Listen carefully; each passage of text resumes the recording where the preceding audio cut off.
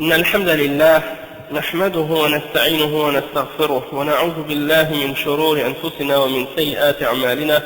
من يهده الله فلا مضل له ومن يضلل فلا هادي له، وأشهد أن لا إله إلا الله وحده لا شريك له، وأشهد أن محمدا عبده ورسوله.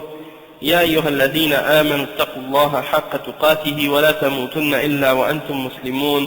يا أيها الناس اتقوا ربكم الذي خلقكم من نفس واحدة وخلق منها زوجها وبث منهما رجالا كثيرا ونساء، واتقوا الله الذي تساءلون به والأرحام إن الله كان عليكم رقيبا. يا أيها الذين آمنوا اتقوا الله وقولوا قولا سديدا يصلح لكم أعمالكم ويغفر لكم ذنوبكم، ومن يطع الله ورسوله فقد فاز فوزا عظيما. وإن خير الكلام كلام الله، وخير الهدي هدي محمد صلى الله عليه وسلم، وإن شر الأمور محدثاتها، وكل محدثة بدعة، وكل بدعة ضلالة، وكل ضلالة في النار. أما بعد.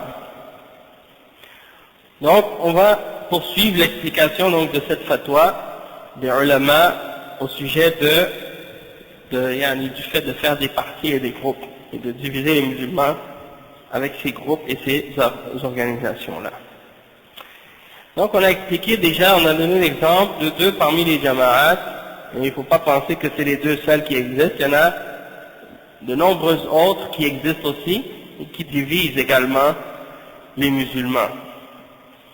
Parmi les groupes comme le groupe des Ikhwan dont on a parlé, il y a d'autres versions et d'autres tendances à l'intérieur même, ou bien pas, disons pas à l'intérieur, mais il y a des groupes et des tendances qui sont inspirés de ces mouvements-là, et qui ont découlé de ce parti-là à la base. Parce que les Ikhwan, après la mort du fondateur, ce groupe s'est divisé en différentes tendances par la suite. Et il y en a même de ces tendances-là qui, aujourd'hui, existent parmi les musulmans et qui se présentent comme étant salafis même parfois, c'est-à-dire qui prétendent suivre le Coran et la Sunna, mais qui sont dans leurs principes et dans leurs fondements en contradiction avec le Coran et la Sunna. Et ça c'est très important de le comprendre. Et il y a des groupes comme ceux qu'on appelle Al-Qutbiyoun ou bien As-Sururiyya. Ça c'est un groupe qui à la base ils ont des choses en commun avec la da'wa salafiyya, du fait qu'ils ont la même notion que nous en ce qui concerne le tawhid. Ils vont accepter qu'il y a les trois catégories de tawhid, al-rububiyya, wal-uluhiyya, wal-asma wal-sifat, et ils affirment les attributs d'Allah subhanahu wa ta'ala, et comme les salafis. Toutefois, ils ont des problèmes dans d'autres aspects de la aqida. Par exemple, quand on a parlé des trois catégories de tawhid, eux ils considèrent qu'il y a une quatrième catégorie qu'ils appellent tawhid al-hakimiyya. Tawhid al-hakimiyya. Et ils se basent là-dessus pour déclarer les dirigeants musulmans kuffar et pour justifier la rébellion contre les dirigeants. Donc ça c'est une de leurs innovations. Et il y a également le fait que en ce qui concerne en ce qui concerne par exemple l'attitude qu'ils ont envers les gens de bid'ah, on voit que leur attitude n'est pas en accord avec la voie des salafs également, puisque ils ont une attitude au contraire de vouloir par exemple accepter les gens de bid'ah, coopérer avec les gens de bid'ah et de ne pas les critiquer ouvertement, coopérer avec eux, de ne pas les critiquer ouvertement et de même les défendre parfois, d'accord. Et ils ont aussi beaucoup d'autres problèmes aussi de faire, entre autres le takfir et d'autres. Ils sont d'accord pour utiliser toutes les méthodes utilisées par les Ikhwan en ce qui concerne les questions sociales et politiques. Donc ils vont faire la promotion de la démocratie comme moyen d'appliquer l'islam, de rentrer dans les élections et dans les votes pour essayer de s'établir comme étant un parti islamique ou des choses de ce genre. Ils vont également faire la défense des manifestations, des grèves, des autres moyens qui sont utilisés par les Ikhwan. Donc, ils ont des ressemblances avec les Ikhwan. Ils ont des aspects de la Aqidah des Salaf, mais dans certains aspects, ils contredisent les Salaf. Ils contredisent la voie des Salaf. Donc, des fois, ça crée des ambiguïtés parce que il y a des gens qui, justement, n'ont pas bien compris la réalité de la da'wa salafiyya, et donc, quand ils entendent cette amalgame, eh bien, ils sont confondus parfois. Parce que d'être en accord avec les salafs, ça ne veut pas seulement dire être en accord avec les questions qui ont rapport avec Tawhid. Il y a d'autres aspects aussi, parmi les points qui ont rapport avec la aqidah des salafs. Comme par exemple la foi. Quand est-ce que quelqu'un est un croyant? Quand est-ce qu'il devient kafir? Et qu'est-ce qui le fait sortir de l'islam? Ça a un rapport. Et l'attitude qu'on a envers les gens de bid'a, ça aussi, ça rentre dans les fondements d'Ahl Sunnah. Hein? Et les questions politiques et le dirigeant musulman, ça aussi, ça rentre dans les questions qui ont rapport avec le fondement et le manhaj des salafs. Donc, c'est pas juste un aspect qu'on doit prendre en considération, mais tous les aspects. Et les salafs considéraient que si quelqu'un vient en contradiction avec un des fondements ou un des principes parmi les principes d'Ahl Sunnah, il devient un muqtadi'. Même s'il n'a pas contredit dans tous les aspects de la sunna, s'il a contredit dans un des aspects de la sunna, il a quitté la voie de la sunna. Il est devenu un innovateur. Il y a des sectes, comme les Qadariyya, ils ont dévié dans le Qadar seulement. Et on les considère comme étant des gens de bid'a. Pourtant, peut-être dans d'autres aspects de la croyance, ils sont corrects. Hein? Donc, il suffit que quelqu'un ait une erreur dans un des fondements de la croyance pour qu'on le considère comme étant un innovateur. C'est pas nécessaire qu'il ait réuni en lui-même toutes les catégories de l'innovation ensemble. Et ça, c'est ce que les gens ne comprennent pas parfois.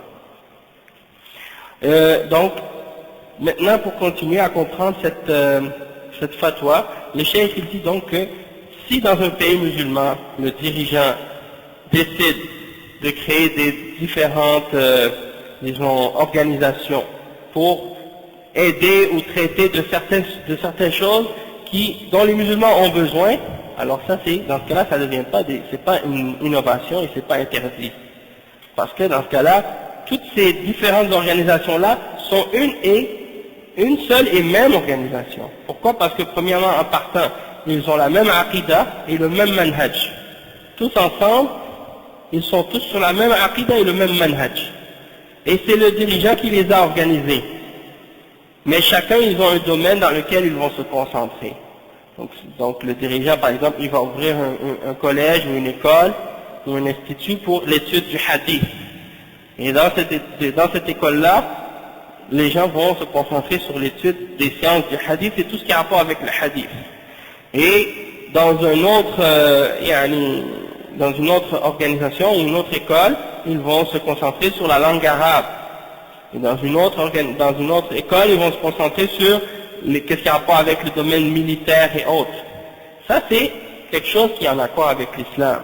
Parce que chacune de ces organisations-là, chacune de ces différentes institutions-là sont établies par le dirigeant musulman et en même temps, elles ont toutes la même base et les mêmes principes et les mêmes fondements, et donc il n'y a aucune division en ce qui concerne la croyance et la méthodologie entre eux.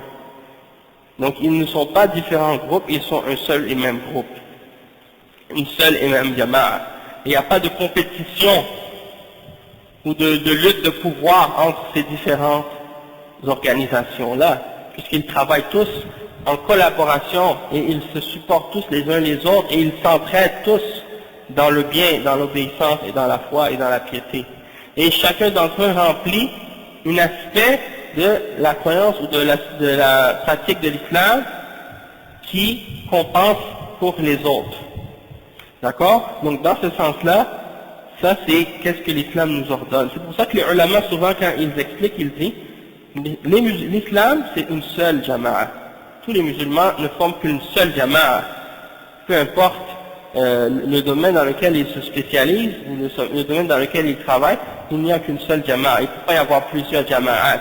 Et si vous retournez au texte du Coran et de la Sunna, vous voyez toujours que le mot jama'a est utilisé au singulier, jamais au pluriel. Il y a toujours l'appelle à faire partie de la jama'a. Et d'une jama'a, il n'y en a pas plusieurs. Parce qu'on est tous supposés d'être avec cette jama'a-là, c'est-à-dire de croire au Coran et à la Sunna et au fondement de l'islam. Et cette jama'a, c'est de suivre ce que le prophète sallallahu a suivi, de même que ses compagnons. Et c'est pour ça que les ulama ont expliqué que la jama'a, c'est d'être sur la vérité. Même si tu es tout seul, c'est toi la jama'a si tu es sur la vérité. C'est pas par rapport à la quantité ou à un nombre. C'est pas une proportion de dire qu'on est plus nombreux, donc il faut suivre la jama'a. Il y a des gens qui pensent que la jama'a c'est le nombre. Et donc ils disent, bon, nous on est plus nombreux que vous, donc vous devez nous suivre parce qu'on est la jama'a. Non. La jama'a c'est le Coran, la Sunna, et de suivre la vérité. Si tu es sur la vérité, tu es avec la jama'a. À certaines époques de l'histoire, le khalifa et toutes les institutions qui formaient le gouvernement avaient accepté des croyances et des façons de croire qui sont en contradiction avec l'islam, comme à l'époque d'Al-Ma'moun. Il y a les Mu'tazila qui avaient réussi à prendre le pouvoir, à se rapprocher du khalifa et à l'appeler à leur bid'a, et le khalifa s'était converti lui-même à la aqida des Mu'tazila et il prêchait la aqida des Mu'tazila et il l'imposait par la force. Et tous les savants étaient ordonnés et obligés de dire que le Coran est créé, sinon ils étaient torturés, emprisonnés ou même tués. Et à cette époque-là, il y a des ulama qui se sont opposés à cette bid'a. Certains ont été tués et d'autres ont été torturés, comme l'imam Ahmad ibn Hanbal. Et l'imam Ahmad ibn Hanbal a été un des savants de l'islam qui a réussi justement à écraser cette innovation-là par sa résistance du fait qu'il a opposé cette bid'a et il a refusé de la reconnaître et il l'a récité. Et donc, à cette époque-là, les ulama ont dit, à cette époque-là, la jama'a c'était l'imam Ahmad. Pourquoi? Parce que c'était lui seul qui s'est tenu sur le haqq et qui a confronté les gens qui étaient sur la bid'a. D'accord? Donc la jama'a, fondamentalement, c'est d'être sur la bonne aqida et d'être sur la vérité.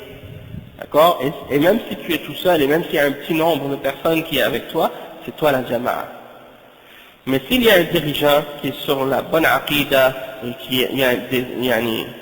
il organise les musulmans d'une certaine façon et qu'ils ont tous la même voie, donc dans ce cas-là, ils doivent suivre. Et dans une situation comme ici, par exemple, on n'est pas dans un pays où il y a un dirigeant musulman, le dirigeant il est chrétien, par exemple, et bien dans ce cas-là, les musulmans, ils se sont organisés d'une manière, avec une certaine structure, et là, il y a des responsables, des ulama ou des shuyukh qui ont la science de l'islam, et donc il y a des responsables des mosquées et tout ça, ils se sont organisés d'une certaine façon, et donc dans ce cas-là, c'est vers eux qu'il faut retourner pour trancher, pour prendre les décisions, puis organiser la vie des musulmans dans cette société-là. D'accord? Donc il faut qu'il y ait cette structure-là. Mais il faut que l'unité, à la base, soit établie sur la aqida, comme on l'a expliqué. Et c'est pas sur l'institution qu'on se repose. Et c'est pas ça qu'on va défendre à la base, mais c'est la aqida qui est derrière. D'accord? Et c'est la méthodologie elle-même qu'on doit contrôler et expliquer et clarifier. D'accord? Donc, le cheikh il dit, dans ce cas-là, oui c'est correct. Parce qu'il y a dans le cas des autres groupes et des autres organisations qui sont pas en accord avec la sunna, ils veulent se placer comme étant eux-mêmes les dirigeants. Et ils essaient de compétitionner avec celui qui est au pouvoir pour prendre sa place. Et donc, ils essaient d'organiser la société à travers leur organisation, de dire que bon, il y a un amir, on lui donne la bay'a, puis après l'amir, lui, vous savez, c'est pas nécessaire, hein. Oh non, c'est pas nécessaire. Il y a du vin, yani, alhamdulillah. Ça suffit, alhamdulillah. Donc, comme on explique, c'est ça, c'est que, ils disent, bon, il y a un dirigeant, c'est notre amir, on lui donne la bay'a, on l'obéit, et après, lui, il nous organise. Là, ils disent aux musulmans, bon, vous entrez dans les universités, là, vous allez étudier chacun dans une branche, Hein? Il y en a qui vont étudier la politique, il y en a qui vont étudier l'économie. Donc si on prend le pouvoir, toi tu vas être économiste, c'est toi qui vas gérer l'économie. Toi, si on prend le pouvoir, toi tu vas être, par exemple, tu vas être spécialiste dans tel domaine. Hein? Bon, il y en a même qui vont aller jusqu'à dire que bon, ok, toi tu vas faire de la musique, donc tu vas être là, tu vas t'occuper du domaine des arts. Hein? Et c'est ça ce qu'ils essaient d'organiser. Hein? Le divertissement islamique, les arts islamiques soi-disant. Et donc ils essaient de se structurer en vue de, disons, arriver à faire un coup d'État ou des choses de ce genre.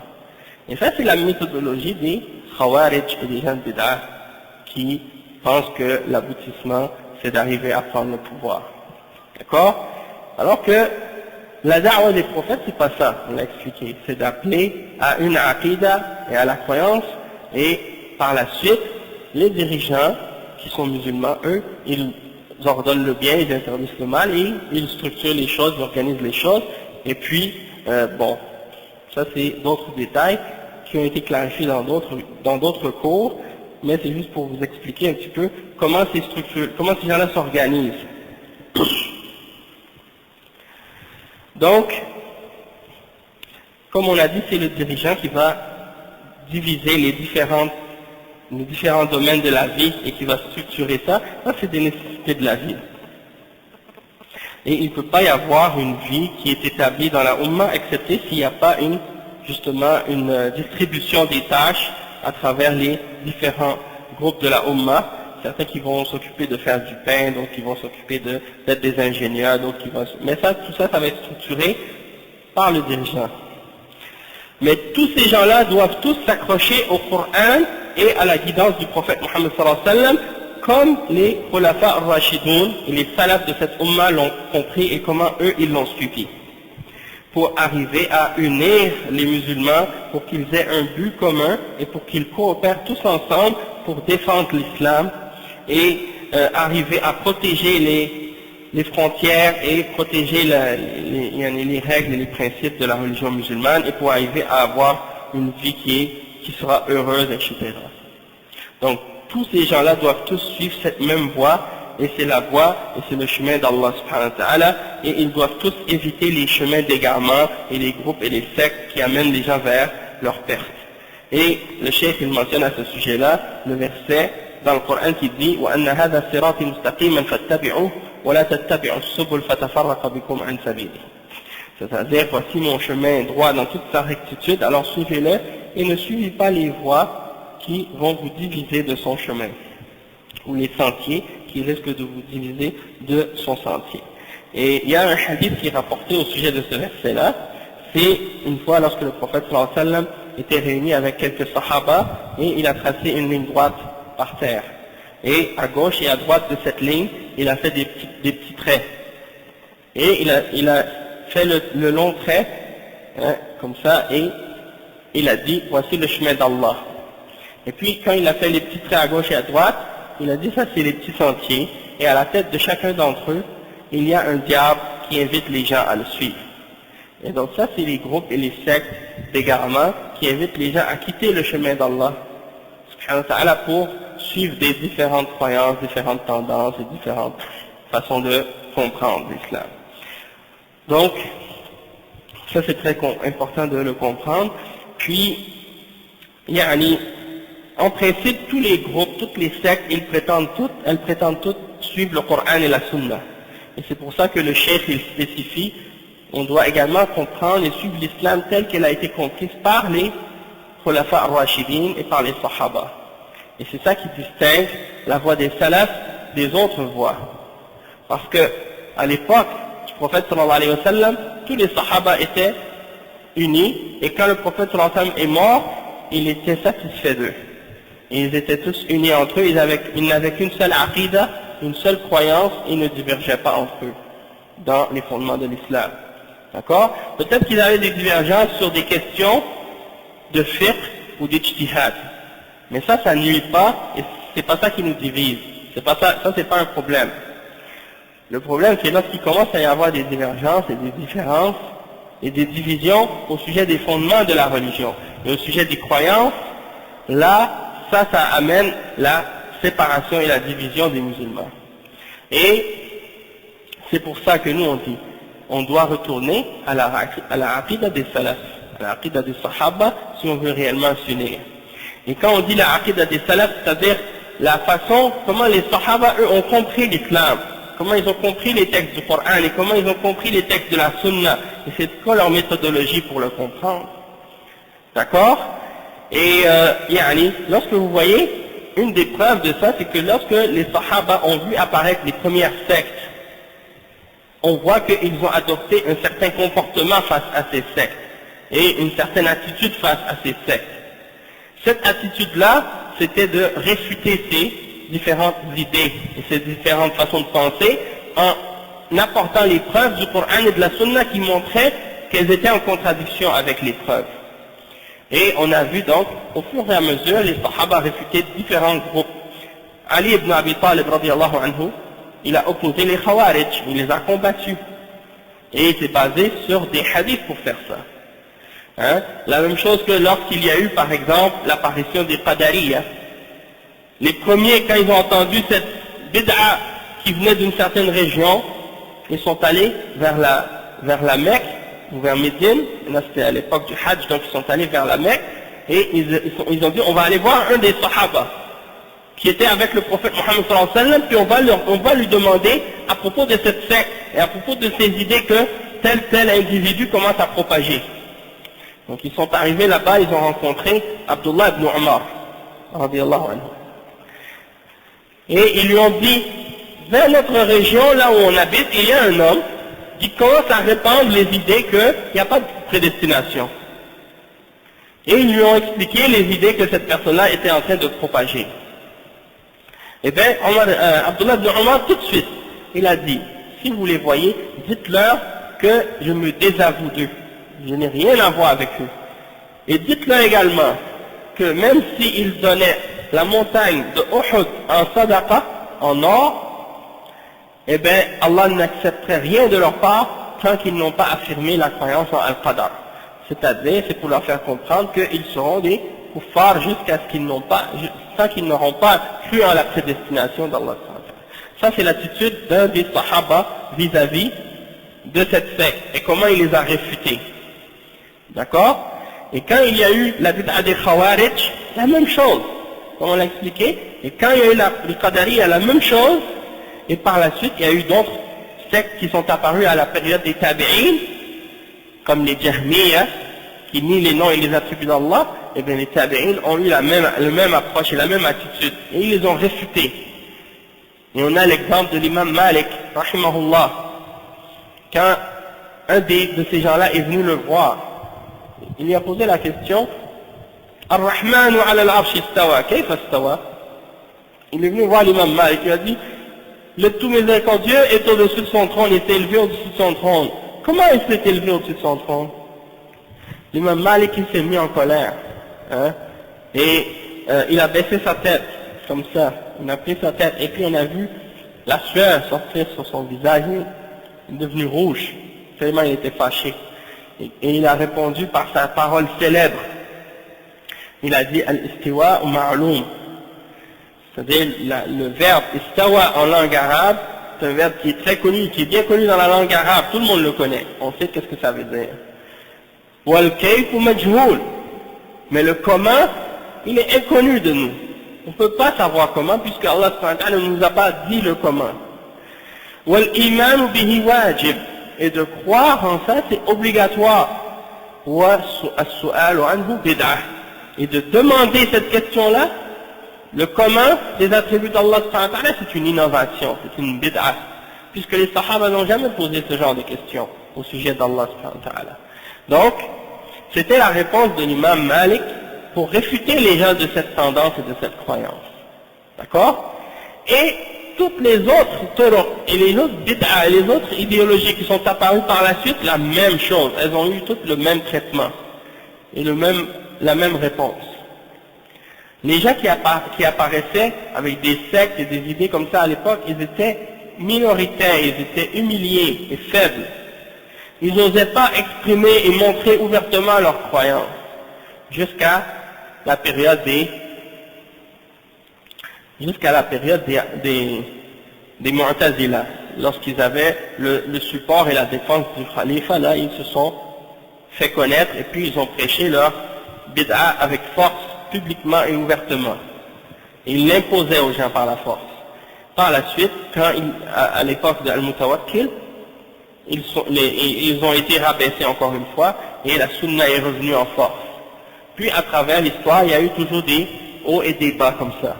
À certains moments donnés, la sunna est en force et les gens de bid'a sont humiliés. Et puis après, ils complotent et ils s'organisent, puis ils reprennent la force encore une fois et les gens de la sunna sont rabaissés. Et ensuite, ça revient comme ça. Chaque fois, il y a un imam ou un savant de l'islam qui revient, qui réforme la da'wah, et on voit que la sunna revient en force encore une fois, à chaque fois comme ça.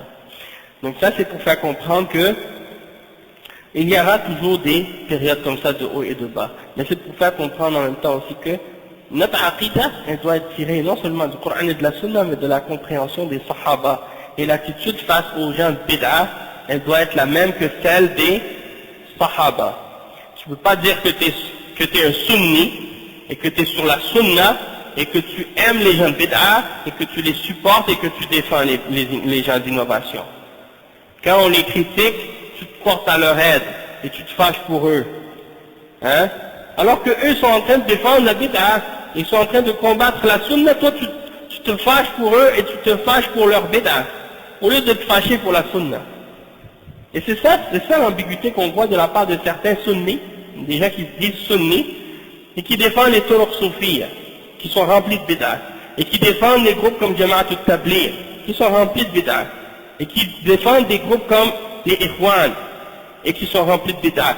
Même si toi-même tu ne pratiques pas la bid'a, même si toi-même tu ne sors pas 40 jours avec les Tabligh, ou même si toi-même tu n'es pas membre de l'organisation des Ikhwan, mais que chaque fois qu'on parle d'eux et qu'on montre leurs erreurs, toi tu te mets en défense de leurs paroles, et en défense de leurs prêcheurs, et en défense de leur mouvement et de leur méthodologie, et que tu te fâches pour eux, eh ben ça veut dire qu'en réalité, tu es avec eux.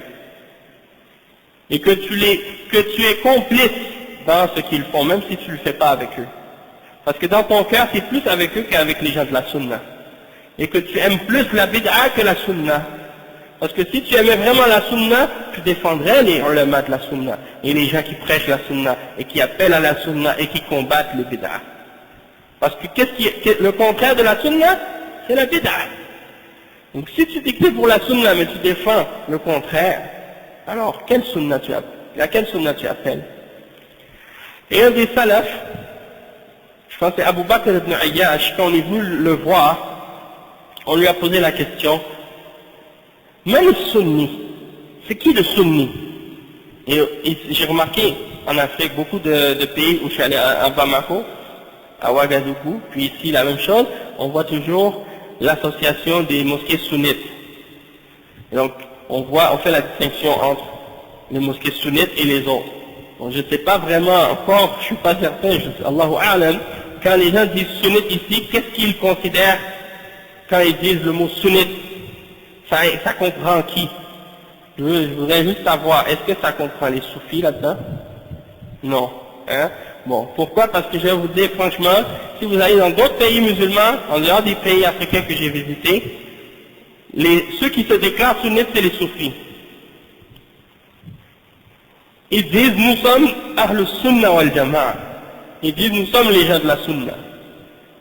Ils prétendent que ceux qui sont sur la Sunna sont des gens de bid'a. Et que ce sont eux les sunnites. Ils disent, nous on suit l'imam Malik, on suit les imams, on suit la sunna.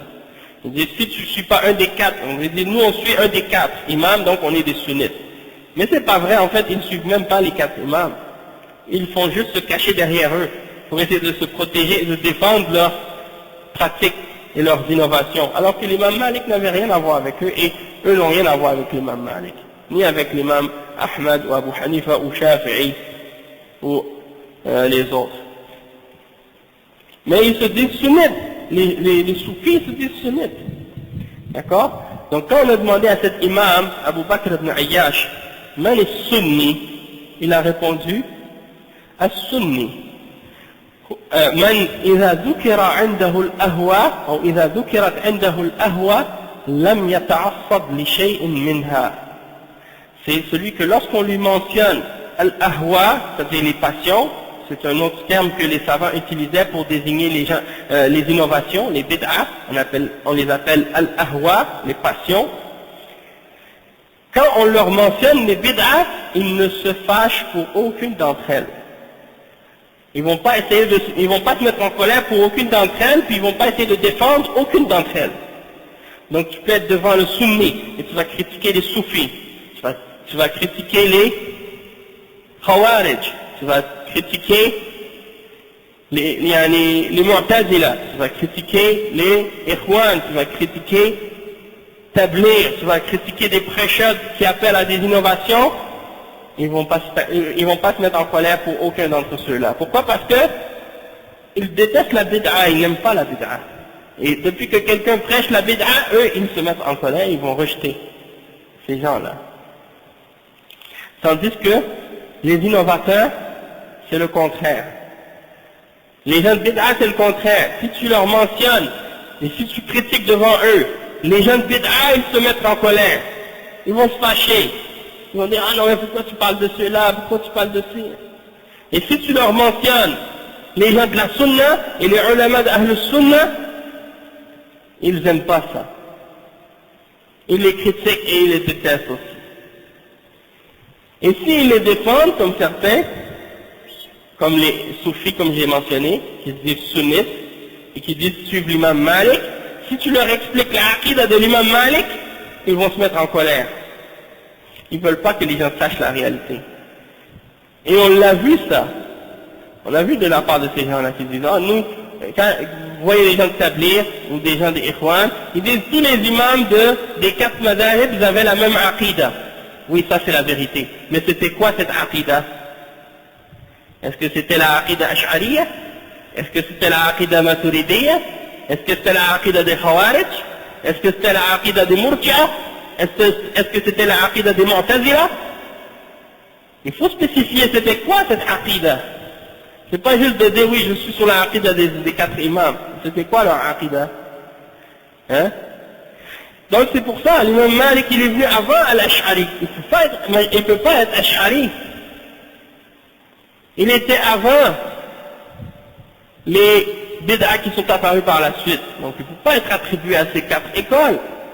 Comment tu t'es Ash'ari ou t'es Maturidi, puis après tu dis je suis Maliki, ou je suis Shafi'i, ou je suis Hanbali ou Hanafi. C'est une contradiction. Hein? C'est un anachronisme, comme on dit si je ne me trompe pas. Hein? C'est comme ceux qui disent ils disent ah, Ibn Taymiyyah c'est un Wahhabi. Alors que Ibn Taymiyyah est né 700 ans avant l'imam Muhammad ibn Abdul Wahhab. Hein? Alors dans ce cas-là, l'imam Malik était Wahhabi aussi. L'imam Shafi'i était Wahhabi aussi. Et les Sahaba étaient Wahhabi parce qu'ils détestaient le shirk. Et les bid'a eux aussi. Hein?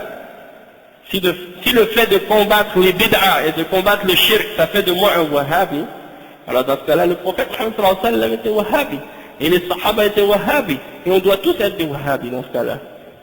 Hein? Ça c'est clair. Si on veut rentrer dans les anachronismes, on est capable d'en faire. Mais c'est de comprendre les principes et les fondements. Et non pas de juste s'attarder aux appellations et aux étiquettes. Voir plus loin que les étiquettes. D'accord? Donc, c'est de croire en cette aqida, et en le Coran et en la Sunna, telle qu'elle a été comprise par les premiers musulmans. Et c'est pour ça qu'on voit dans les textes, quand on retourne aux textes, et ça je l'ai mentionné dans la khutbah, le prophète sallallahu alayhi wa sallam, il dit فَإِنَّهُ مَنْ يَعِشْ مِنْكُمْ فَسَيَرَى اخْتِلَافًا كَثِيرًا فَعَلَيْكُمْ بِسُنَّتِي وَسُنَّةِ الْخُلَفَاءِ الرَّاشِدِينَ الْمَهْدِينَ مِنْ بَعْدِي. Le prophète sallallahu alayhi wa sallam a dit, celui qui vivra après moi, il verra beaucoup de divergences. Alors accrochez-vous à ma sunna et la sunna de mes successeurs bien guidés après moi. Il n'a pas dit seulement suivez ma sunna, accrochez-vous à ma sunna. Il a spécifié ensuite et la sunna de mes successeurs bien guidés après moi. Et dans l'autre hadith, quand il dit que la Ummah va se diviser en 73 sectes, et les Sahaba ont demandé laquelle est cette secte au messager d'Allah, il répond, il dit, c'est celle qui suit ce que je suis moi-même aujourd'hui, ainsi que mes Sahaba. Donc c'est pas juste de suivre, de dire je suis le prophète sallallahu alayhi wa sallam, mais il faut aussi suivre la voie des Sahaba. Et dans le Coran, quand Allah subhanahu wa ta'ala dit ومن يشاقق الرسول من بعد ما تبين له الهدى ويتبع غير سبيل المؤمنين نوليه ما تولى ونصليه جهنم وساءت مصيرا. C'est-à-dire, Allah subhanahu wa ta'ala dans ce verset-là, il dit celui qui s'oppose au messager après que la vérité lui a été clarifiée, la guidance lui a été clarifiée, et qu'il suit autre chose que la voie des croyants. La voie des croyants ici, c'est une autre condition, parce qu'il faut non seulement suivre la guidance qui vient du prophète, mais il faut aussi suivre la voie des croyants. À l'époque du prophète, c'était qui les croyants? C'était les Sahaba. Il n'y avait pas d'autres croyants que les Sahaba. Donc c'est une condition aussi d'être sur la guidance des Sahaba.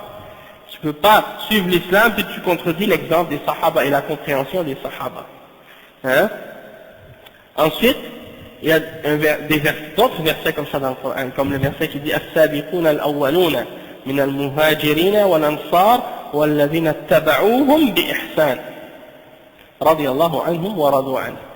Allah subhanahu wa ta'ala dit dans ce verset-là, c'est le verset 100 dans Surat At-Tawbah, il dit les tout premiers qui ont précédé les autres dans la foi, parmi les muhajirin et les ansar, ceux qui les ont suivis dans le bien, Allah est satisfait d'eux et ils sont satisfaits de lui. Donc ça c'est une autre fois où on voit la mention et la spécificité. Ici on spécifie qu'il faut aussi suivre les sahaba, les muhajirin et les ansar. C'est pas juste que tu dis je suis musulman et je suis le Coran et la Sunna. Aujourd'hui là, n'importe qui est capable de prendre le Coran et la Sunna, essayer de l'interpréter, de le comprendre comme il veut et de donner sa propre interprétation.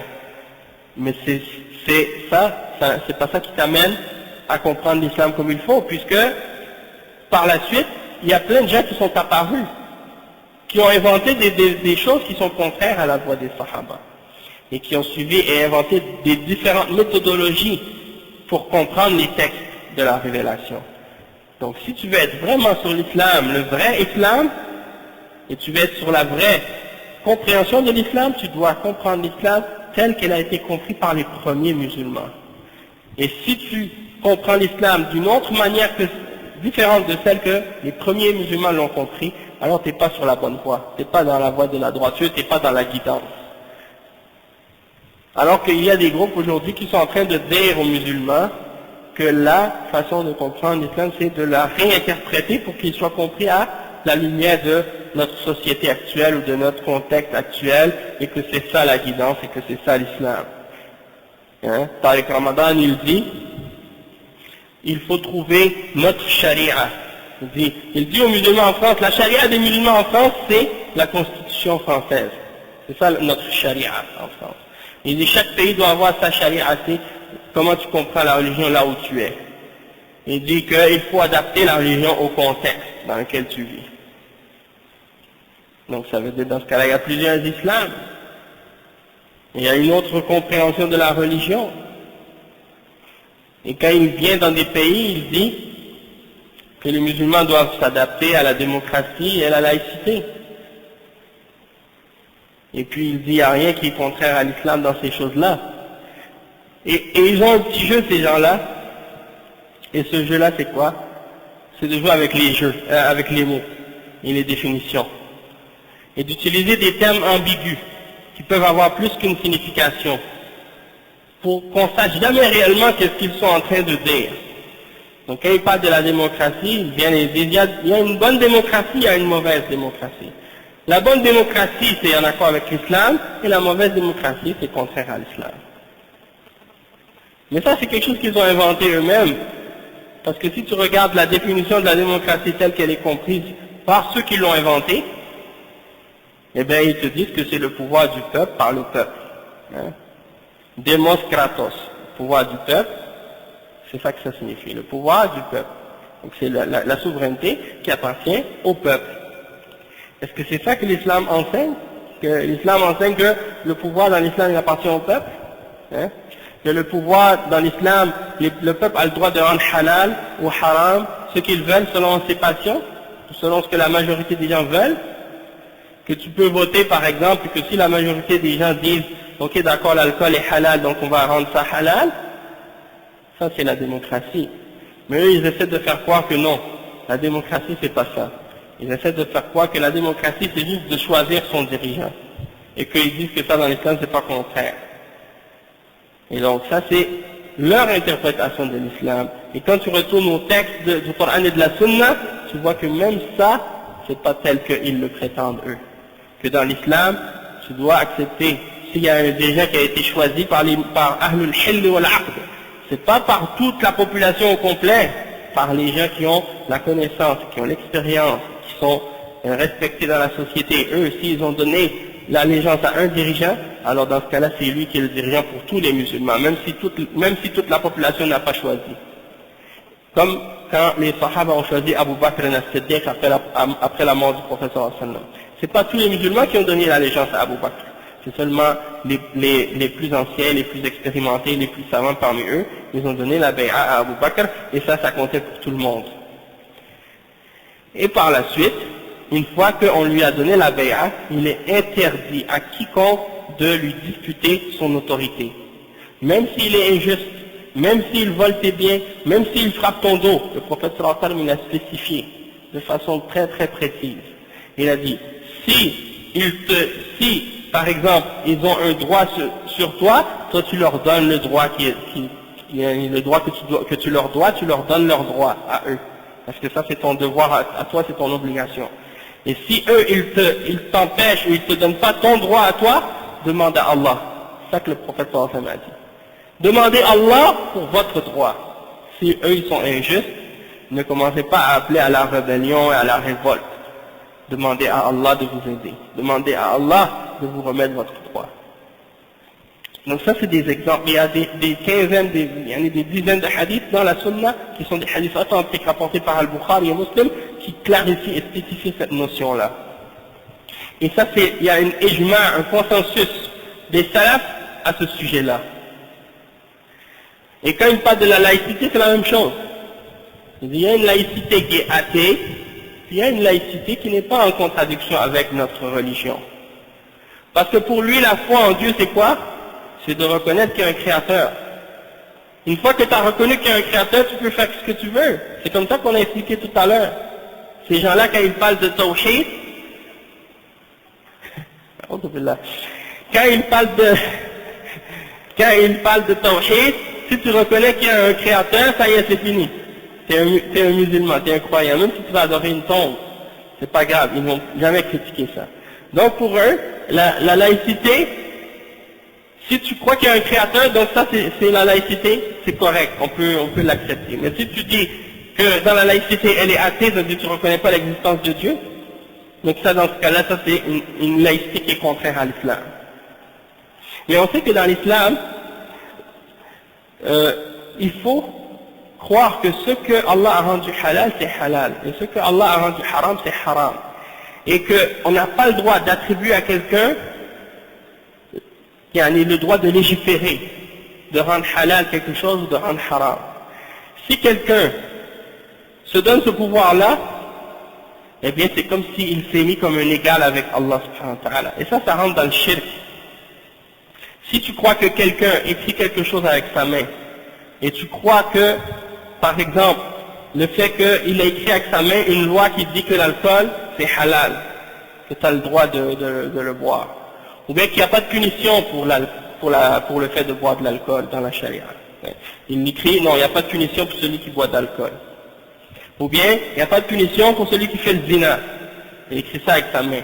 Il met ça dans une loi, puis il applique ça dans son pays. Si toi tu crois en cette loi, alors tu as mécru en l'islam. Parce que tu as rendu halal qui est haram. Et tu as nié ce que Allah subhanahu wa ta'ala a affirmé. Et ça c'est du kufr. Donc ça aussi ça rentre dans le tawhid. De croire qu'il peut y avoir un législateur autre que Allah subhanahu wa ta'ala. Donc comment tu dis après par la suite qu'il y a une laïcité qui est pas contraire à l'islam? La laïcité elle est basée sur ça. La laïcité elle est basée sur l'idée que l'homme, il peut légiférer les lois qu'il veut. Et que c'est pas Dieu qui est responsable de ces législations-là et de ces lois-là.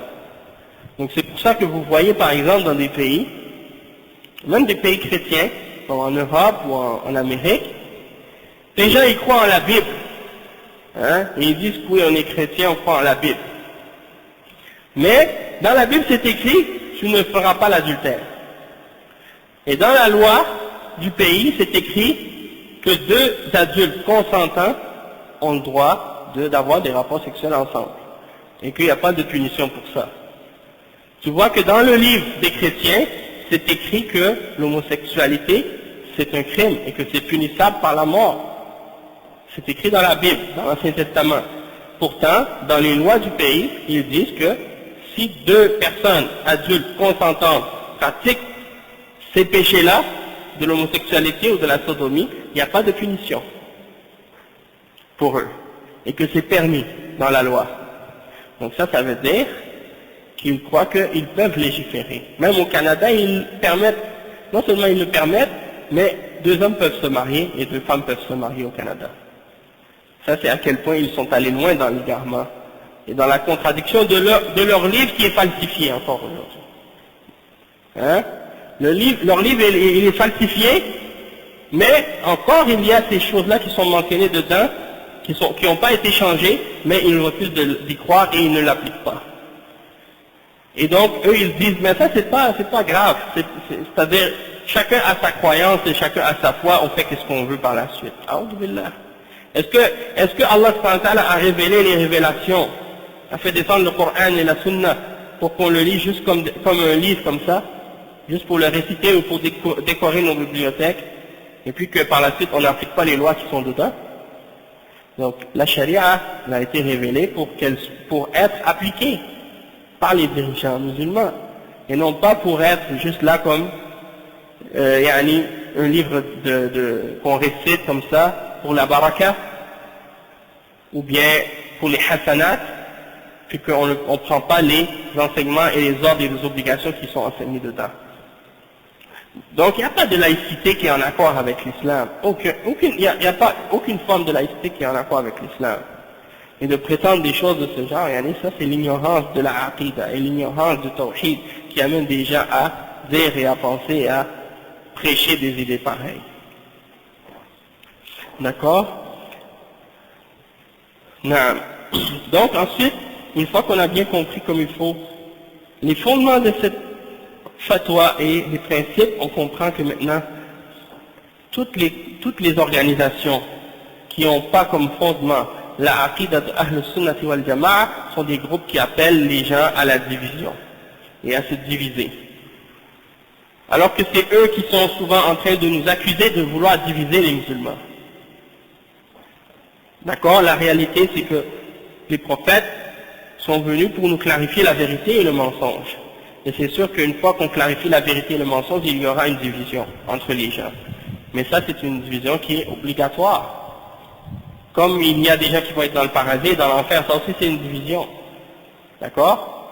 Et donc c'est normal qu'il y ait aussi une division dans cette dunya aussi par rapport à la vérité.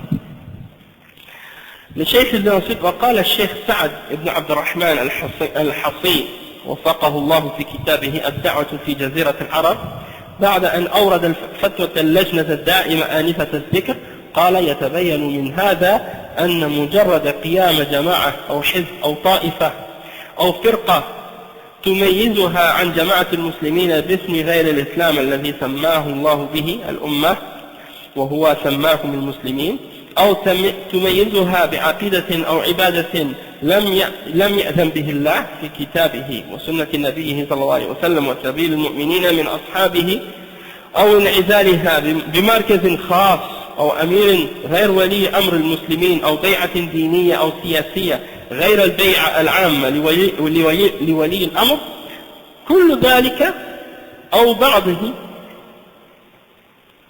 خروج عن جماعة المسلمين وتشتيت لشملها وتقطيع لأمرها زبرا. انتهى بأهله إلى التعصب والتنازع والفشل وذهاب الريح والموالاة في الحزب والمعاداة فيه والحب فيه والبغض فيه بدعوى أن ذلك كله في الله. بل لقد وصل الأمر بكثير من المسلمين نتيجة لعدد الجماعات والأحزاب والفرق والطوائف إلى أن تعزى بعضهم على بعض بالتهم والإشاعات الكاذبة والسباب حتى قتل رفقاء الجهاد والدعوة بعضها ببعض أو بعضهم بعضا. والعجب كل العجب أن يدعي أكثر الحزبيين أن همهم الأول تجميع الصفوف ووحدة المسلمين، وفي سبيل ذلك رأوا أنه لا يجوز إنكار البدع ولا بيان مسائل العقيدة التي اختلف عليها المسلمون في العصر المتأخر، حتى لا يكاد يوجد الحق ويعرف فيها بين الأكثرية المسلمين، ويعرف فيها بين أكثرية المسلمين كيف تتجمع الصفوف ويتحد المسلمون بواسطة جماعات وطوائف وأحزاب متفرقة يحاول كل طرف فيها أن يثبت أنه على الحق وغيره على الباطل، ويؤيد حزبه ويعارض الأحزاب الأخرى ويجمع التبرعات في جماعته ويحاول أن يصرفها عن غيره. أم كيف نجتمع الصفوف ويتحد المسلمون على عقائد مختلفة وعلى مناهج مبتدعة وعلى عبادات لم يكن عليها أمر محمد صلى الله عليه وسلم وأصحابه. Donc le cheikh explique ici que, comme le cheikh Saad ibn Abdurrahman al-Hassin, il a écrit un livre qui s'appelle La Da'wa dans la péninsule arabe. Après avoir mentionné la fatwa qu'on a mentionné, il dit donc qu'on peut comprendre que de faire des groupes et des partis, et des organisations, des sectes qui se distinguent du groupe des musulmans, c'est-à-dire qui se distinguent de la jama'a des musulmans. Et quand on parle de la jama'a, on a expliqué que c'est la aqida, que c'est la vérité, qui se distinguent de ça en utilisant des noms que Allah n'a pas utilisés. Hein? Allah nous a nommés musulmans. Et en même temps, pour clarifier aussi la question de l'appellation, quand on se dit salafi, ou quand on se dit sunni, ou quand on se dit, par exemple, de suivre At-Ta'ifatul Mansoura, ou bien Al-Firqatul Najia, ou bien Ahlul Athar, ou Ahlul Hadith, tout ça c'est des noms et des appellations qui se réfèrent à des textes du Coran ou de la Sunna.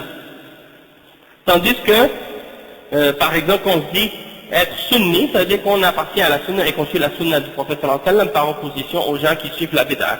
Ahlul Hadith, par référence à ceux qui suivent le hadith du prophète sallallahu alayhi wa sallam, contrairement à ceux qui se basent sur leur logique et leur raison. Et Al-Firqatul Najia wa Ta'ifatul Mansoura, par rapport aux hadiths qui ont été mentionnés à ce sujet-là, par rapport aux hadiths à ce sujet-là. Et quand on dit salafi, par rapport aux sahaba et aux tabi'in. Donc tout ça, ça se réfère à des choses qui ont un lien et une mention dans les textes de la révélation et de la religion. Donc ça, c'est des noms qui sont agréés, qui sont aimés par l'islam, puisque ce sont des termes qui viennent des textes et qui ont été ramenés par les savants de l'islam pour nous distinguer des gens d'innovation et de bid'a. Mais ceux qui amènent un nom qui n'est pas utilisé par la révélation et qui ont une autre aqida, une autre pratique qui n'est pas basée sur la révélation et qui font des innovations et des adorations qu'Allah n'a pas permis, ni dans son livre, ni dans la sunna de son messager, sallallahu alayhi wa sallam, ni dans la voie des croyants et dans la voie des sahaba, ou bien qui se distinguent, qui se séparent des musulmans ou du corps des musulmans par un centre qui est différent, un amir qui est différent de celui qui est au pouvoir et qui est le chef des musulmans, parce qu'il faut que les musulmans soient unis et qu'ils soient dans une seule organisation, que tous les musulmans soient sous cette organisation-là et répondent aux mêmes responsables. Il ne doit pas y avoir des divergences et des divisions entre eux ou des compétitions et des luttes de pouvoir entre eux. Ils doivent tous s'aimer et coopérer ensemble pour la sunna et pour la vérité et s'encourager les uns les autres et non pas essayer de se piétiner les uns les autres sur les pieds et de lutter les uns contre les autres. Hein? Donc, ils ne doivent pas essayer de demander aux gens, par exemple, de dire, donnez-nous une bay'a, une allégeance, et d'appeler à une allégeance soit religieuse ou politique, en dehors de l'allégeance qui est déjà donnée aux dirigeants, ou de sortir de la jama'a des musulmans, pour diviser leur unité, et de se couper, de se séparer en différentes fractions. Chacun de ces groupes-là devient fanatique et essaie de critiquer les autres et de les discréditer. Si les gens agissent de cette manière-là, bien entendu, ils vont échouer dans leurs tentatives et dans leurs efforts et ils vont perdre leur force. Qu'est-ce qu'on remarque dans les gens qui agissent de cette manière-là? C'est qu'ils ont développé al-wala ou al-bara pour le groupe. Qu'est-ce que ça veut dire al-wala ou al-bara pour le groupe? Ça veut dire que ils s'aiment par rapport à leur allégeance à ce groupe. Et ils se détestent par rapport à cette allégeance au groupe. Si tu es avec le groupe, ils t'aiment. Et si tu es contre le groupe, ils t'aiment sans prendre en considération les principes et les fondements de l'islam. Donc si la jama'a a fait une erreur, ils défendent la jama'a même si elle fait l'erreur. Et elle va opposer tous ceux qui sont contre la jama'a. Même si les gens qui sont contre cette jama'a ou qui critiquent cette jama'a, la critiquent avec argument et avec preuve. Lorsque les gens qui composent cette jama'a-là se sont trompés et ont fait des erreurs dans les fondements et dans les principes. Donc, ça c'est des choses qu'on voit qui représentent des caractéristiques de ce qu'on appelle al-hizbiyya. Le fait de s'allier et de se défendre et de coopérer les uns les autres, non pas pour l'islam, non pas pour la sunna, non pas pour la aqida, mais pour la jama'a, pour le groupe, et pour le bien de ce groupe-là. Et de mettre la référence comme si c'était le groupe qui était la référence.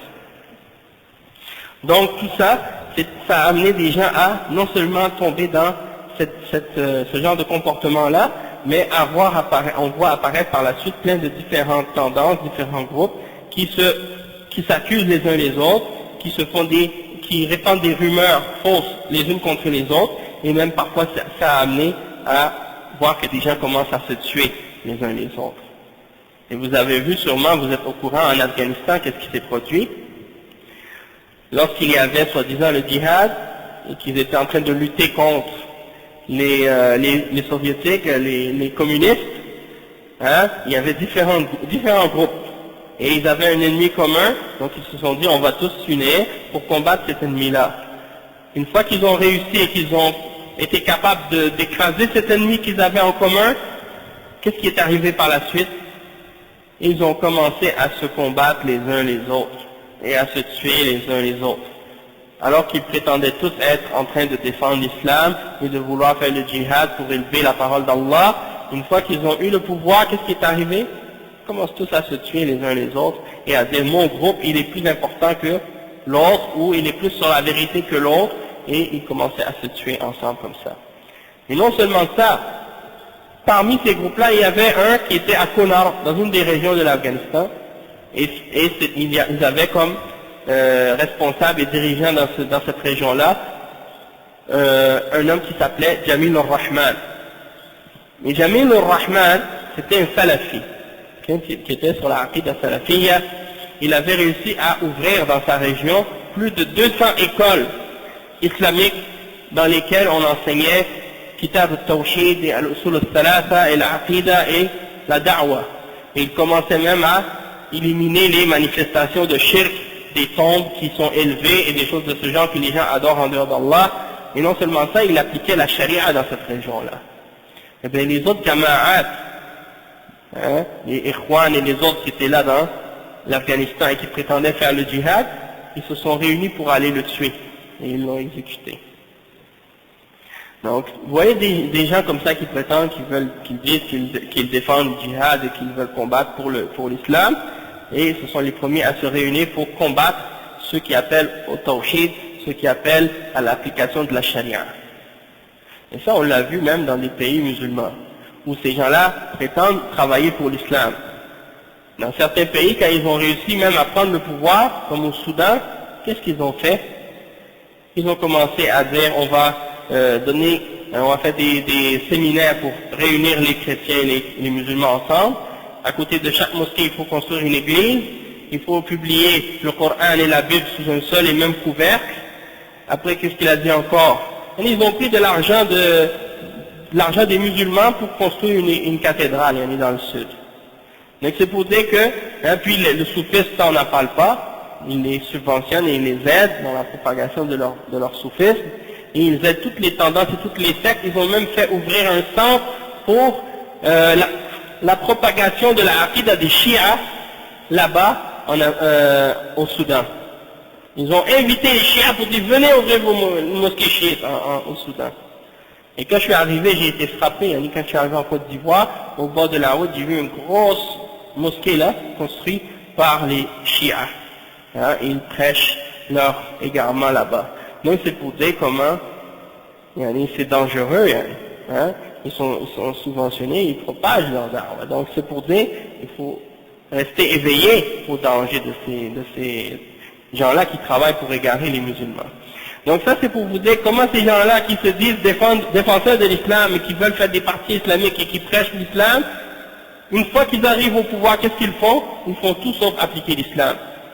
Ils ont montré que même Hassan al-Turabi, dans son pays, il y avait une fabrication, un endroit où on fabriquait de l'alcool, une usine d'alcool. Alors, un des responsables avait ordonné de la fermer.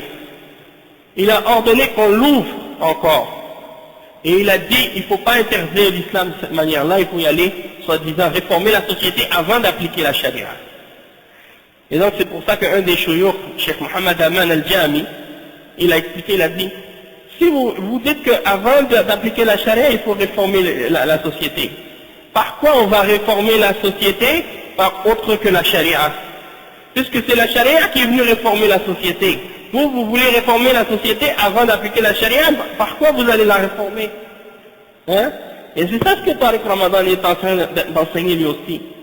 C'est-à-dire qu'il ne faut pas appliquer les thèmes de la charia, il faut réformer la société avant. Quand la société va être parfaite et idéale, là on va commencer à appliquer la charia. Mais quand est-ce que la société va être parfaite et idéale? Dans nos rêves, dans notre imagination, ça c'est une utopie, c'est impossible. Et le prophète sallallahu alayhi wa sallam n'est pas venu enseigner ça, il n'a pas dit il faut que la société soit parfaite, après on va appliquer la charia. Non. Il a réformé la société en appliquant la charia. Une société islamique, ça ne veut pas dire une société où il n'y aura pas de péché, il n'y aura pas d'injustice. C'est une société dans laquelle on essaie d'appliquer les principes de l'islam pour enrayer cette injustice-là et pour enrayer ces péchés-là, ou pour les diminuer à la limite. Mais de penser qu'il y aura une société parfaite et où il n'y aura aucune injustice jamais, ça c'est de l'ignorance, c'est de ne pas être réaliste en fait. Donc ça c'est pour vous donner quelques exemples comment parfois d'avoir une mauvaise aqida ou une mauvaise méthodologie ou bien d'avoir une mauvaise conception de l'islam, comment ça peut faire tomber dans d'autres erreurs qui sont plus graves encore. Donc, le cheikh il dit que qu'est-ce qui est étonnant de la part de ces gens-là, c'est que la plupart d'entre ces gens-là qui sont dans ces groupes-là, ils pensent et ils prétendent que leur premier objectif et leur premier intérêt, c'est de réunir les rangs des musulmans et d'arriver à l'unité de l'islam et des musulmans. Et ils disent que pour arriver à ça, il ne faut pas critiquer les innovations et qu'il n'y a pas de moyen d'arriver à unir les musulmans sans cesser de se critiquer, cesser de dénoncer les innovations, cesser de dénoncer les fausses croyances qui existent à l'époque actuelle, qui sont propagées et qui sont partout parmi les musulmans. Et donc ça c'est pour vous dire à quel point les gens sont, on leur cache la vérité à cause de ces gens-là. On empêche que la vérité soit clarifiée pour les musulmans à cause de ces idées-là qui sont propagées par ces groupes-là. Et comme je l'ai mentionné à Bamako, je l'ai mentionné en Ouagadougou, et je ne l'ai pas mentionné ici, mais sûrement vous avez peut-être entendu déjà, les idées qui sont propagées par certains de ces prêcheurs comme Tariq Ramadan aussi. Un moment, une fois, il était en train de parler, il était en train de parler aux gens, il s'adressait à eux. Et ça, j'ai tous les audios, hein, tout ce que je dis à propos de Tariq Ramadan, j'ai ça enregistré avec les audios et les citations écrites aussi, transcrites de ces audios-là. Donc si quelqu'un a des doutes ou il n'est pas convaincu par ce qu'on dit, on est capable de lui donner la preuve écrite et même avec l'audio s'il veut confirmer ça. Donc, qu'est-ce qui se passe, c'est que il est en train de parler, il a dit, il y a des gens qui arrivent à des niveaux plus élevés de spiritualité qu'on appelle les khawas, les élites. Et ceux-là, quand tu arrives devant eux, tu n'as pas besoin de parler. Ils savent ce qui est en toi sans même que tu aies à le dire. Et donc, un jeune, il arrive devant son cheikh, et son cheikh le regarde droit dans les yeux, puis ce jeune-là, il n'avait pas fait la prière de Fajr. Alors son cheikh, il le regarde droit dans les yeux, il lui dit, fais attention avec tes prières. On vous l'a dit que le cheikh, il a su, en le regardant seulement, qu'il n'avait pas fait sa prière de Fajr. Et dans une autre cassette, ou dans un autre cours, il dit quoi? Il dit, un jeune, il va voir son cheikh, il fait partie de ces élites-là, qui ont des karamats, des prodiges. Hein? Et il avait des problèmes à la maison. Il n'a rien dit. Il arrive devant son cheikh lui met sa main sur son cœur. Et il lui dit, ils vont se réconcilier. C'est-à-dire, les problèmes qu'il y a à la maison, et tout, ils vont se réconcilier, ne t'en fais pas. Comment il a su ça, premièrement? Est-ce qu'il connaît le rêve? Est-ce qu'il connaît l'invisible? Et deuxièmement, est-ce qu'il connaît l'avenir pour dire que dans l'avenir ils vont se réconcilier? Ça fait partie d'attribuer à un être humain des caractéristiques divines, de connaître l'invisible ou de savoir ce qui est dans le cœur des hommes. Et ça c'est du shirk, de croire en ça. Ça c'est du kufr, si quelqu'un croit ça, il n'est pas musulman. Et ça c'est grave. Et quand j'étais à Paris, il y avait un chef qui était en visite, justement avant que je vienne ici, j'étais à Paris pendant quelques jours, et il y a un chef qui était là-bas, et je lui ai posé la question à ce sujet-là. Hein? Le chef, il a expliqué, il a dit, ça c'est la parole des menteurs et des imposteurs. C'est l'attitude des imposteurs. Ils utilisent ces histoires, hein, pour égarer les gens. Il dit, chacun d'entre nous, on a un qarin avec nous. Chacun d'entre nous, on a un shaitan, un qarin, un compagnon qui nous suit, un shaitan. Et parfois, des sorciers, des magiciens, des menteurs comme ça, des dajjal, ils entrent en contact avec leur djinn ou avec le shaitan, et en échange de certains sacrilèges, de certains actes de blasphème qu'ils font pour le djinn, ils réussissent à avoir certaines informations qui sont échangées entre ton qarin et le sien. Donc, ton qarin, il va voir ton qarin et lui dit des informations que tu as à ton sujet, et il informe cet individu-là qui se prétend comme étant un cheikh, il l'informe de ces choses-là. Après, il vient te voir, il te dit des choses, tu penses qu'il connaît le rêve. Alors qu'en réalité, c'est un sorcier, c'est un magicien, c'est un dajjal, un shaitan, qui entre en contact avec le djinn pour t'informer de ces choses-là. Et il a donné l'exemple d'une fois, qu'est-ce qui était arrivé justement avec un de ces imposteurs-là. Il a dit, une fois, il y avait un homme comme ça qui prétendait pouvoir dire tout ce qui était caché, tout ce que les gens ne pouvaient pas savoir en apparence. Il disait aux gens, prenez un nombre de pierres avec vos mains. Et puis, moi je vais vous dire combien de pierres vous avez dans votre main. Alors là, les gens prenaient des pierres, ils comptaient, 1, 2, 3, 4, 5, 6, 7, il ferme sa main, et il dit à l'autre, combien j'ai de pierres dans ma main? Et l'autre, il répondait, t'as 7 pierres dans ta main. Pourquoi? Parce qu'il l'a compté. Et en même temps qu'il compte, le djinn, il compte avec lui. Et il va informer le shaitan du cheikh, ou de celui qui se prétend comme étant un cheikh, du nombre de pierres qu'il a dans sa main. Alors les gens pensent, ils pensent que c'est un miracle. Ils pensent que c'est des karamats. Alors il y en a un qui était assis là, qui connaissait sa aqidah, qui connaissait le tawhid. Il a pris des pierres dans sa main sans les compter. Et il a dit au cheikh, combien j'ai de pierres dans ma main?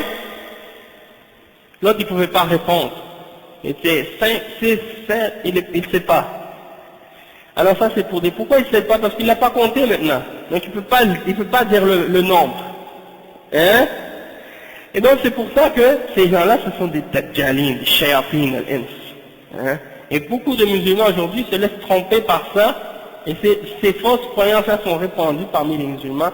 Et de voir un prêcheur qui se présente comme étant un intellectuel, quelqu'un de rationnel, et etc., etc., qui par la suite ramène des histoires comme ça, qui sont des histoires qui sont propagées chez les soufis. Hein. Il ne faut pas se cacher la réalité. Tariq Ramadan est un soufi. Est un soufi jusqu'à l'os. Et qu'est-ce qu'il montre? C'est juste une apparence en réalité. Hassan al-Banna est un soufi lui aussi, son père est un soufi, toute sa famille sont des soufis. Et c'est ça ce qu'il propage, mais sous un couvert et sous une apparence d'une apparence occidentale moderne, hein, qui cache plein de poison à l'intérieur. Donc il faut bien faire attention, bien connaître notre aqidah, bien connaître notre manhaj, après par la suite les choses deviennent claires. D'accord? Donc, le cheikh il dit, comment on pourrait arriver à unir les rangs des musulmans par l'utilisation de ces différents groupes divisés et que chacun de ces groupes-là prétend qu'il a la vérité avec lui et que tous les autres sont sur le mensonge, et de prétendre que on peut arriver à réunir les musulmans comme ça. Chacun de ces groupes-là, quand il ramasse de l'argent, il dit aux gens, donnez-nous votre argent, et il dit, donnez pas aux autres. Comment vous pensez qu'on va arriver à l'unité et à l'union des musulmans de cette manière? Donc, le cheikh il dit, si les gens ont différence dans leur aqidah et dans leur méthodologie et qu'ils suivent des innovations, c'est impossible d'unir les musulmans. Oubliez cette idée-là, c'est impossible. Hein? C'est comme essayer de coller du ciment avec de la colle. Hein? Si vous n'avez pas de ciment, vous ne pouvez pas les mettre ensemble. Et bien c'est ça ce qui se passe. Les gens sont divisés. Si vous voulez les diviser, ça demande de faire preuve de sincérité avec Allah subhanahu wa ta'ala pour accepter la vérité et rejeter ce qui est faux. Mais si les gens ne sont pas prêts à faire ça, l'unité et l'union entre les musulmans ne sera jamais possible. Mais le problème c'est ça, chacun pense qu'il est philosophe, chacun pense qu'il peut prendre les paroles d'Allah et du prophète sallallahu alayhi wa sallam comme si c'était des opinions comme les autres. Hein? Quand quelqu'un dit ce qu'il pense, vous dites, je suis libre de le prendre ou de le rejeter. Et ils ont adapté cette attitude-là même avec la parole d'Allah et la parole du prophète sallallahu alayhi wa sallam. Donc quand on leur cite une ayah dans le Coran, ça c'est une opinion, comme si c'était une opinion parmi les autres. Et on leur cite un hadith du prophète sallallahu alayhi wa sallam, ils disent, ça on peut la prendre ou la rejeter. Et ça c'est grave, parce que notre religion c'est basée sur la parole d'Allah et la parole du prophète sallallahu alayhi wa sallam. Donc ça c'est des exemples aussi à ce sujet-là. Donc on va s'arrêter Inch'Allah pour l'instant, donner le temps aux frères et aux sœurs de rafraîchir leur wudu et tout. Et puis, Inch'Allah, on aura d'autres occasions d'élaborer un petit peu plus aussi sur ce sujet-là dans d'autres conférences qu'on va donner, Inch'Allah, plus tard. Donc, Subhanakallah wa bihamdika ashhadu an la ilaha illa anta astaghfiruka wa atubu ilayk. Que Allah subhanahu wa ta'ala nous donne la bonne compréhension et qu'il purifie nos cœurs et nos intentions et que Allah nous unisse tous sur la vérité. Amin. Barakallahu fikum.